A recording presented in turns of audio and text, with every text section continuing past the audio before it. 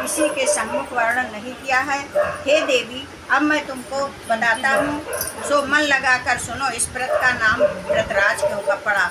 तुमको सखी हरण करके ले गई, इसलिए इस व्रत का हरितालिका नाम पड़ा। पार्वती जी बोली, हे स्वामी, आपने इस व्रतराज का नाम तो बताया, किंतु मुझे इसकी विधि एवं फल भी बताइए, जिसके करने से किस फल की प्राप्ति होती है। तब शंकर जी बोले कि स्त्री जाति के अति उत्तम व्रत को विधि सुनाइए। सौभाग्य की इच्छा रखने वाली स्त्री इस व्रत को विधि पूर्वक करें।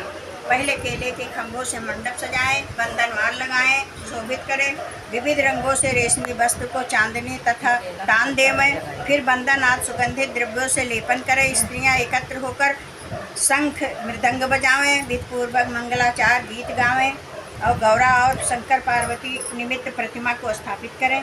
फिर शिव जी का पार्वती का गंध धूप दीप पुष्प आदि से विधि सहित पूजन कर अनेक प्रकार के नैवेद्य मिठाइयों का भोग लगावें। फिर रात को जागरण करें।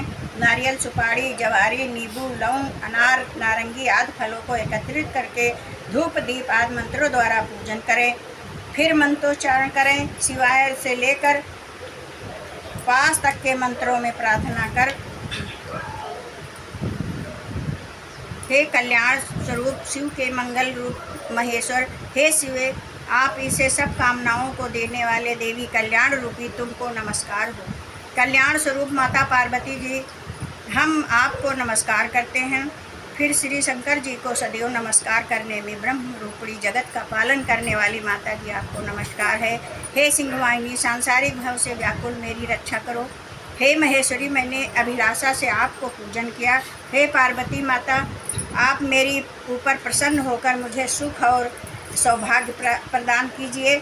इस प्रकार मंत्रों द्वारा उमा सहित शंकर जी का पूजन करें तथा विधि विधान सहित कथा सुनकर गो वस्त्र आभूषण ब्राह्मणों को दान करें। इस प्रकार से पति तथा पत्नी दोनों का एकाग्र कर पूजन करें। ब्रह्म वस्त्र आभूषण आदि संकल्प द्वारा ब्राह्मण की दक्षिणा दें। ये देवी, इस प्रकार व्रत करने वाले के सभी पाप नष्ट हो जाते हैं। फिर ये 7 जन्म तक राज्य सुख और सौभाग्य को भोगती है। जो स्त्री इस तृतीया के दिन अन्नाहार करती है, व्रत को नहीं करती, वो 7 जन्म तक बंध्या रहती है, विधवा होती है। जो स्त्री इस व्रत को नहीं करती, वो धन और पुत्र के शोक से अधिक दुख को भोगती है तथा ये घोर नरक में जाकर कष्ट पाती है। इस दिन अन्नाहार सूकरी, फल खाने वाली बानरी तथा जल पीने वाली टिटहरी, शरबत पीने वाली जोक, दूध पीने वाली सरपड़ी, मांस खाने वाली बाघ